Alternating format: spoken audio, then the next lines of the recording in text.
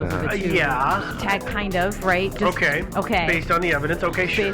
So either Mexico was lying about it ever having existed, or the USA was lying about blowing it up. Yeah. Mexico, because we love to blow up islands. We do, actually. We're really good at it. And I don't think you could say that Mexico was lying. I mean, the island goes back hundreds of years. Mm-hmm. And claiming so it's like before the existence of Mexico, people were putting an island in that spot. But that it could have been a really convenient thing. That the Mexican government would have said, okay, we know this island doesn't actually exist, but it's on the map, so we're just going to say it exists to extend our claim. I get what you're saying. Right. They might have been. I see what you're saying about lying then. Okay. Yeah. Apparently, some senators did discuss for about 10 minutes in 2000. These are senators from Mexico. I was going to ask. Yeah, thank you. Yeah. There was some congressional hearing about this whole thing. They discussed it for 10 minutes, and there's a claim that all of the audio from that hearing has just disappeared, doesn't exist anymore. Doesn't surprise me. Yeah. The CIA strikes again. Yeah. I think they probably just taped over the tapes. Well, the reason that they were talking about it in 2000 is because they were finishing up renegotiations on this whole land claim thing. And Congress did fail to speak up about the fact that their Navy had apparently discovered that the island didn't exist anymore. I mean, they knew in 1997.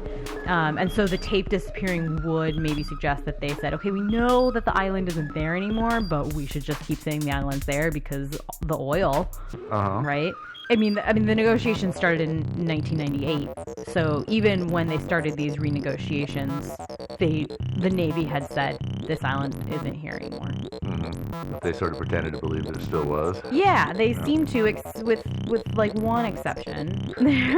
Always one. There was one senator. His name was Jose Angel Conchelo, and he was the chair of the Foreign Relations Committee at the time in 1998. In the Mexican Parliament. So negotiations started to renegotiate this whole border thing.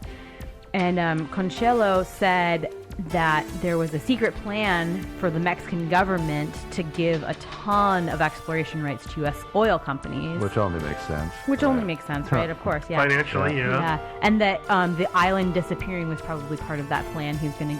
They were going to give the rights to the U.S. oil companies to explore, and once they found oil, the U.S. would say, well, it turns out that Mexico doesn't even have this island, so we should renegotiate. And oh, by the way, our people found oil there, so it's our oil. So, haha, Mexico, you don't have claim to any of this. Is apparently his thinking. So he's thinking essentially, Mexican officials were bribed by U.S. oil companies. Yeah, that makes sense. And that eventually that the island was decimated, and that eventually the U.S. would be able to swoop in and say, your land claim is bogus, and also we're going to have all the oil. Way to go, big oil. Good, yeah. Way to go, big oil. Well, and this kind of seems like the ramblings of a crazy person until you find out that Conchelo actually died in August of 1998 in a car crash in which his driver wasn't even injured. Well, that can happen. What about the bullet holes, though? Yeah. I mean, right. There was no bullet holes. I mean, really. What happened is a truck turned left in front of his car. The car collided. It killed him as the passenger, but his driver was reportedly totally uninjured. He was probably in the back seat. Conchelo was in the back seat. Yeah, so probably plowed into the back of impact was probably the passenger side rear, which would explain why this man was not hurt, but okay. Totally. But it's a little, I mean, you have to admit, there's at least a tiny voice in your brain that says, okay, but it's a little weird that the one person who spoke out about this.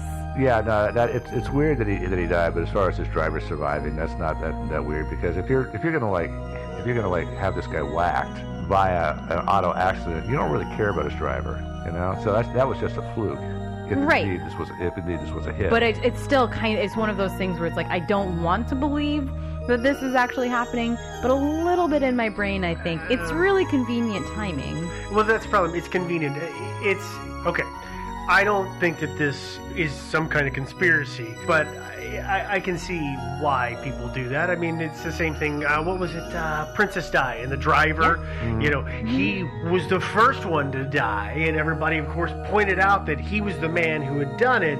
But if he had, through some fluke, survived, then the conspiracy would have just been on fire. Absolutely. But that's the same thinking. It's like, the guy who is quote unquote responsible for the vehicle somehow survived. It's an accident. Yeah. Crap happens. Oh yeah, I think so. absolutely. Yeah. Well, and then I guess the little icing on the cake on this theory is that obviously an island of that size does not get obliterated without both parties being aware of it. Well, So either Mexico bombed the crap out of their own island, and the U.S. knew that had happened, or the U.S. bombed the crap out of Mexico's island, and Mexico obviously knew too, because that's not the sort of thing that just happens. no, it's hard. It's definitely hard to keep something like that secret. Yeah. And How again, far away from the coast is this island again? It was 100 miles? Or, no, 70, I think. 70 or About something? Okay, 70. 70. I mean, that would be a really, really, really far south for a U.S. warship to be just Without randomly Mexico cruising. knowing. Without people knowing Exactly. about it. Yeah, Well- and so that's why people say it had to have been a conspiracy between the two governments. Well, here's the reason I don't buy it. And again, this is another map I'm holding in my hot little hand of the Gulf of Mexico, and it shows the Sigsbee Deep there. Again, as I said earlier, it's 3,600 meters down, or almost 12,000 feet. So the island would have had to have been an underwater mountain, almost as big as Mount Hood. And you see, if you look here, the seafloor there is pretty much flat. Yeah. Which means that's a hell of a lot of earth and rock to move. Yeah. I mean, an amazing amount. And Oh, to yeah. do it covertly, you got to get it. It's like not possible, really. No, I Dude. agree with you. Yeah. Duh. Yeah? Have you never been to the carnival and No. seen somebody on stilts?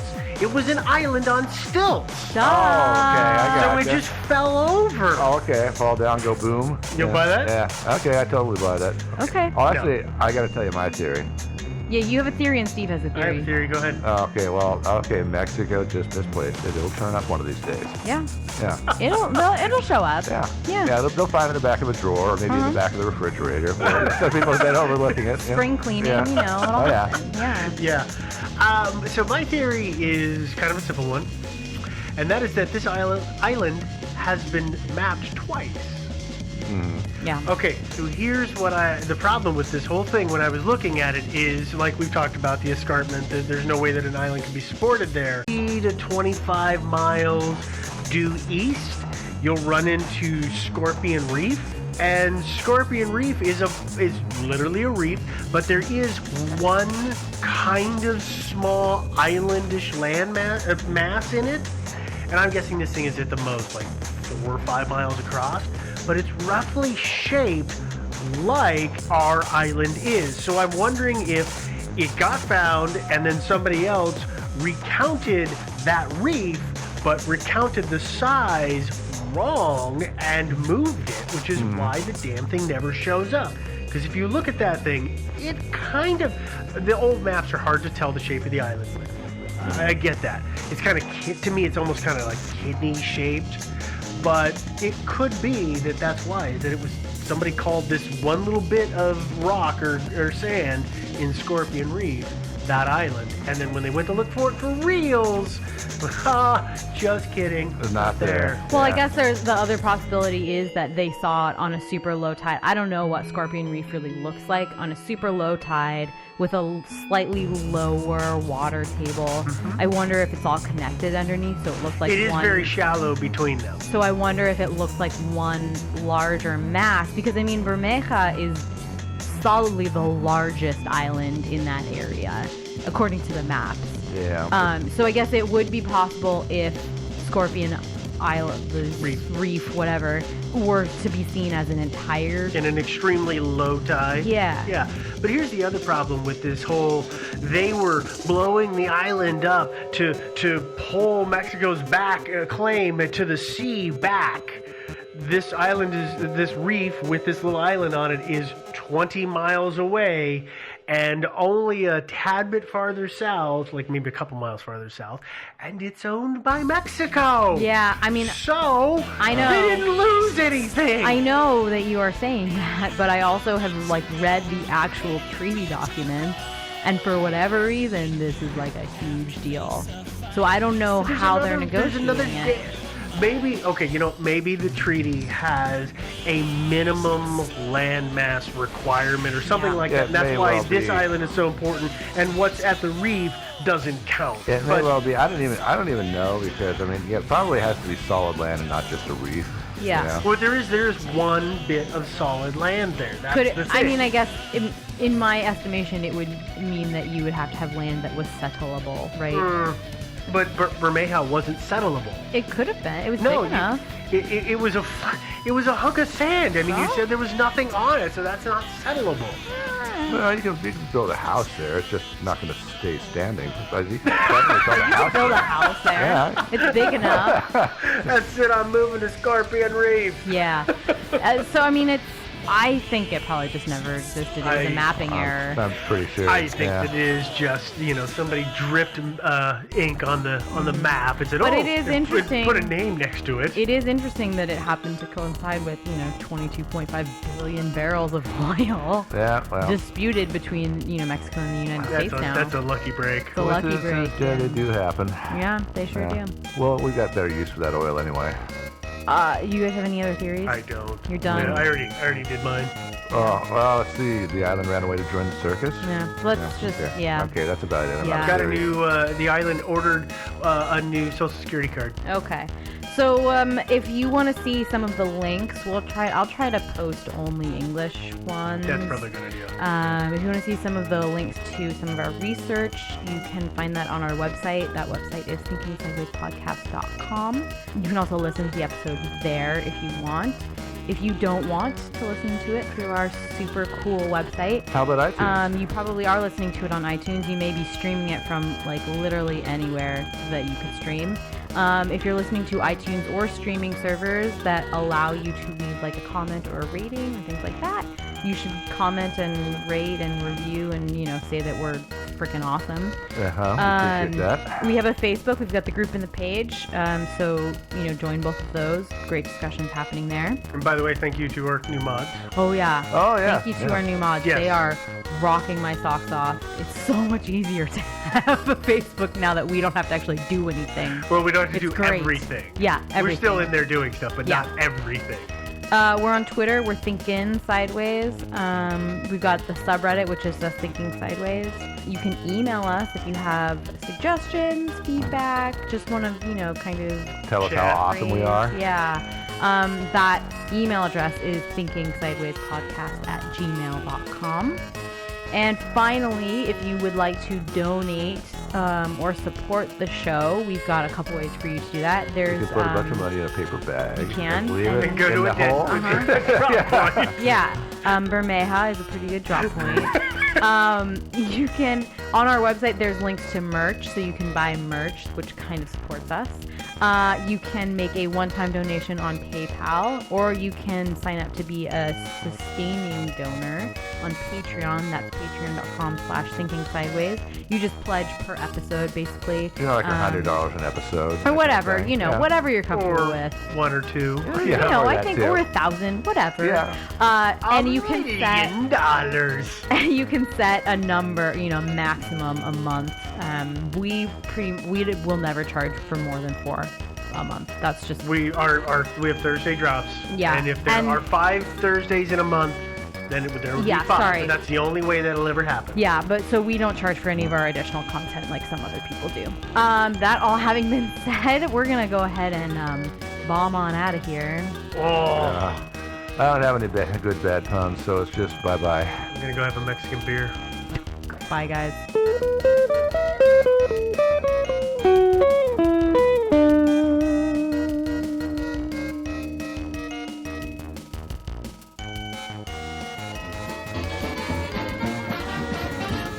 Thinking Sideways. I don't understand. Does not compute. You never know. Insufficient data to formulate a reply. Stories of things we simply don't know the answer to. Hey, what's up? It's Thinking Sideways, the podcast.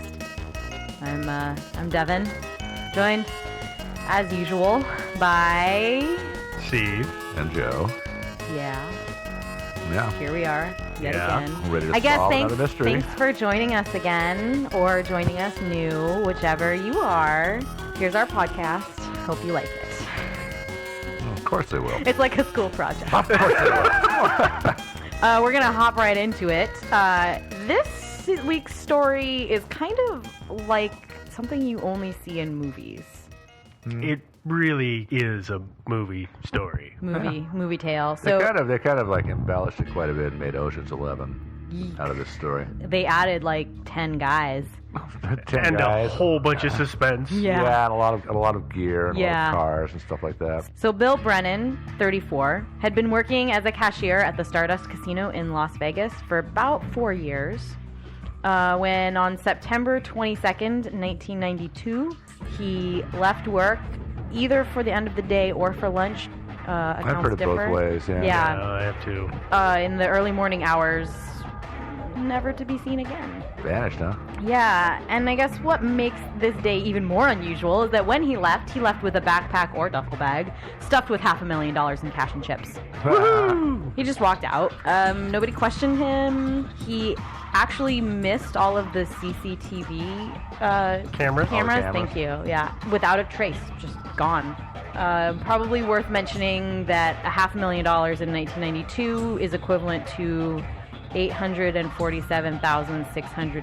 $847,655.02 in today's money. Wow. That was very good math to Yeah. get the 2 cents in there. Yeah, I did it on the top of my head. So, yeah. I You guess, used Google. I may inflation have has used Google. It's been hitting us harder than I had thought. Yeah, it sure has. This is the biggest, quote, successful robbery in the history of Vegas. Also compounded by the fact that it was carried out by one man, ostensibly. One person. Not many people actually win that well at Vegas. So he actually he's won. he's one of the few winners. Yeah, Yeah, I support Maybe. this thing because he's using the casinos are such a big ripoff. Yeah, so good for him. Yeah. Worked there for 4 years.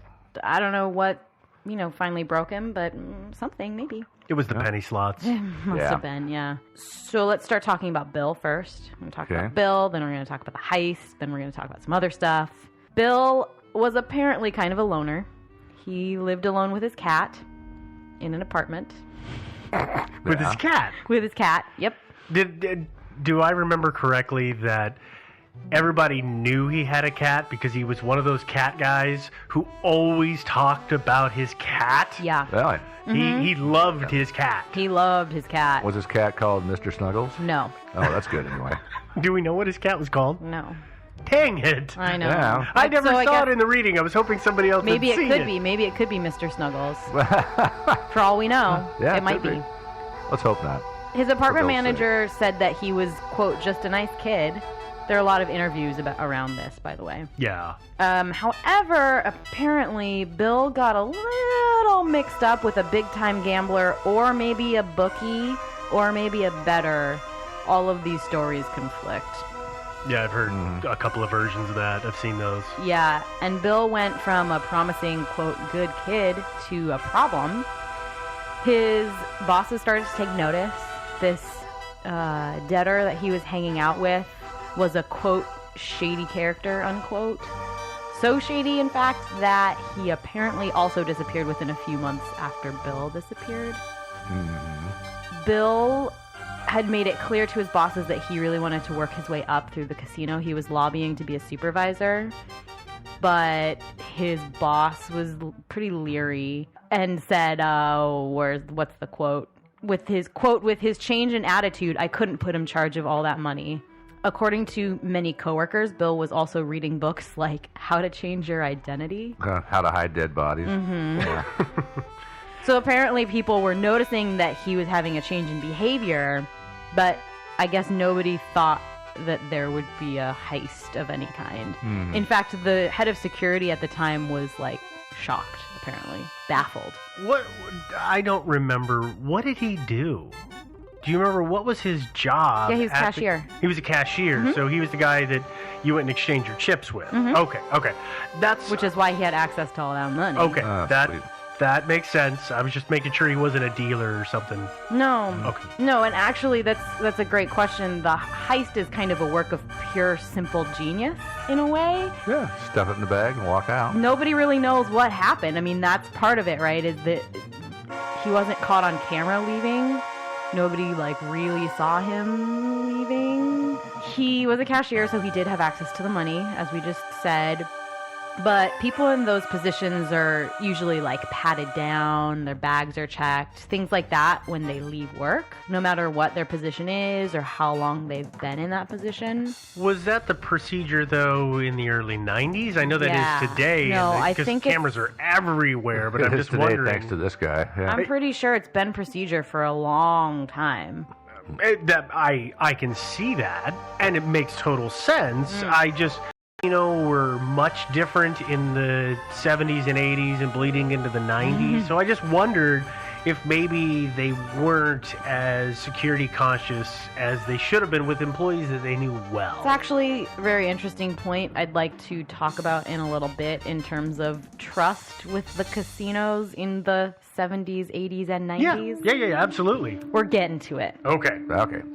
So the fact that he didn't get patted down or checked or anything like that has led to a lot of speculation that he had an accomplice in the security department who allowed him to just leave without checking his bag or patting him down or anything. That would make sense. Also because he successfully missed all the cameras, although it seems like that would be not so hard if you'd worked there for 4 years, but also cameras in casinos are meant to catch everything, so... Yeah, if he worked there that long, he knows where the cameras are, and the cameras aren't comprehensive. They don't cover every square foot of territory.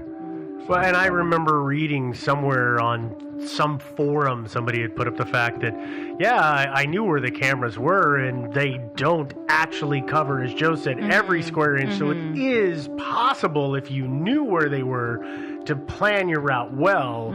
You could just walk through and not look out of place. You weren't, doing the Mission Impossible duck and dive left and right. Just kind of following a little serpentine path out the door. Yeah. Of course, there's really no reason for him to try to even avoid the cameras. I mean, so what? They go back to the tape and they see him walking out, and that's not going to enable them to catch him. That's actually interesting, and it brings up a really interesting point, is that I wasn't able to find anywhere how they knew that it was him that stole all the money and chips. So, right? Because if they never found him, and they didn't have him on TV walking out, I would assume that the only thing that happened is that somebody said, oh yeah, I saw him walking out of here with a bag, but he would have a bag anyways, and also then that person was saying, yeah, I let him walk out of here with a bag and I didn't check it. That's another layer of weird, complex mystery around this whole thing, is how do we even know for sure that he did this? Well, it's true. I mean, they deduced that from the fact that he left work and never came back. But yeah, I suppose you wanted to do something like that. You wanted to steal all this money and keep your job, and you're willing to kill somebody. So after he leaves work, you sneak out with all this money, and then you go over to his apartment and you invite him out for a drink, and then you murder him and bury his body somewhere out in the desert.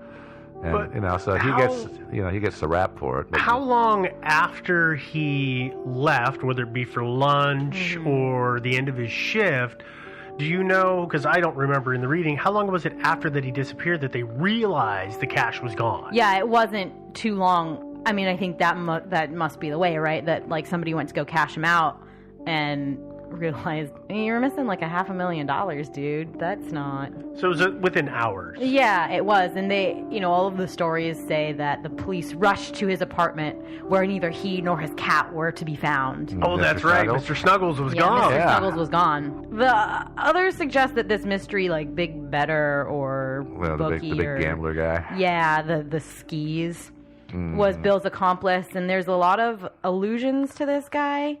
Allusions. Uh-huh. Yeah. But nobody ever names names, so you can't go out and do research on this mysterious shady character Who also disappeared. But they're not willing to say it was this dude who disappeared. So theoretically, that guy is made up. Maybe. I mean, if nobody's ever named names and there's just interviews that say, oh, yeah, he was hanging out with this shady guy who bet in the casino all the time, well, you don't know if that guy actually existed. So, actually, it's interesting. I want to talk about the Stardust for a minute, the history of the Stardust. This is awesome history. Because this connects pretty well with the whole... It would help explain why people are a little hesitant to name names of some big, better, shady characters sort of thing. That's very true. So it turns out the Stardust has some really strong mob connections. Yeah, I know it did back in the day anyway. I'm not sure it still does. Well, we'll find out. Of course, this is Vegas, of course. Of course. Yeah. In fact, I want to talk about the mob, and let's talk about Jimmy Hoffa. Jimmy! You know Jimmy Hoffa? Oh, Someday we got to talk about Jimmy. Yeah, that's true. Yeah, he did disappear. That's an unsolved mystery. Yeah. We will be. Yeah, we will be. I've been thinking about that one actually for a while. And actually, yes, I freely admit we're diverging from the story at hand for a minute, but just bear with me. It makes sense. It's going to tie in, I promise. Jimmy Hoffa, as you may or may not know, was the driving force in the unions and Teamsters kind of movement in the 50s and 60s. In addition to this, he was also heavily involved with the mob, mostly Chicago, but also in Kentucky and Kansas City. Yeah, Kansas City was kind of a big mob headquarters. Turns out. So in the early 60s, Hoffa, being a nice dude, loaned $6.7 million via a secret deal with the Las Vegas Teamsters to one Mr. Alan Glick to purchase the Stardust Hotel. Didn't he get a boatload of kickbacks for that? Yeah. We're getting to it. That means, I guess, to clarify that, in effect, for a while at least, the mob legitimately owned the Stardust Hotel. Not only that, but they were getting these kickbacks. And I just want to go ahead and remind everybody, this is the 60s and the 70s that we're talking about here. So when we talk about millions... That's back when $1 million was actually worth something. Was, when being a millionaire was actually something that's, like, mind-blowing. All right, we're going to talk about this little story shoot off here with a man named Frank Lefty Rosenthal. Oh, Lefty. I love Lefty. He started working at the Stardust in 1972. He's also got a strong mob connection, and he basically takes over the place, it turns out. He and Glick were not pals. They butted heads a lot. Lefty was kind of a bad dude. He was a jerk. He was a jerk. In the late 1970s, the Nevada Gaming Commission raided the Stardust Hotel's counting room and uncovered a skim on slot machines that was worth $7 million in a year. Every year. Now, by skim, do you mean that's money that's skimming off the top before that's unreported income, essentially? Yep. Lefty was solely responsible for that. The Gaming Commission struggled for years with Lefty. They really wanted to... They didn't like him. Yeah, they wanted to kick him out. For, obvious reasons, right? He wasn't kicking back money to him. Yeah, he wasn't. In 1976, they denied his application for a gaming license, which meant that he couldn't be involved in the casino anymore. He couldn't be an operator. Yeah, they blacklisted him actually a few years after that. So Lefty, not one to really listen to voices of authority, quit his job as casino manager, but not before he rehired himself and gave him the title of Food and Beverage Services and then Entertainment Director. He's also the reason that Siegfried and Roy were at the Stardust. This is the little interesting Yeah, he tidbit. stole the act, right? He stole the act. In the early 80s, the Gaming Commission finished up an investigation that had been ongoing essentially since Glick came into the picture, and Rosenthal as well. And they found out that about $15 million had been skimmed from the Stardust alone and kicked back to Mr. Hoffa. Back to the mob.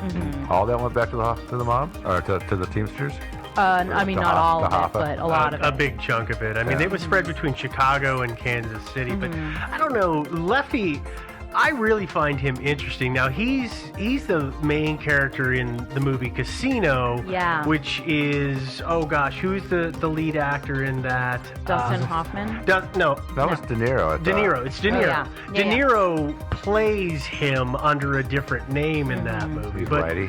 Yeah, but what cracks me up is I was doing some reading about Lefty, and Yeah. he, during this couple of year period when he was fighting with the Gaming Commission, they would put him in talks, and he would badger them, and that's basically why he got kicked out. He wouldn't play ball with them, and when he was doing these things like making himself, what was he, food and beverage services director.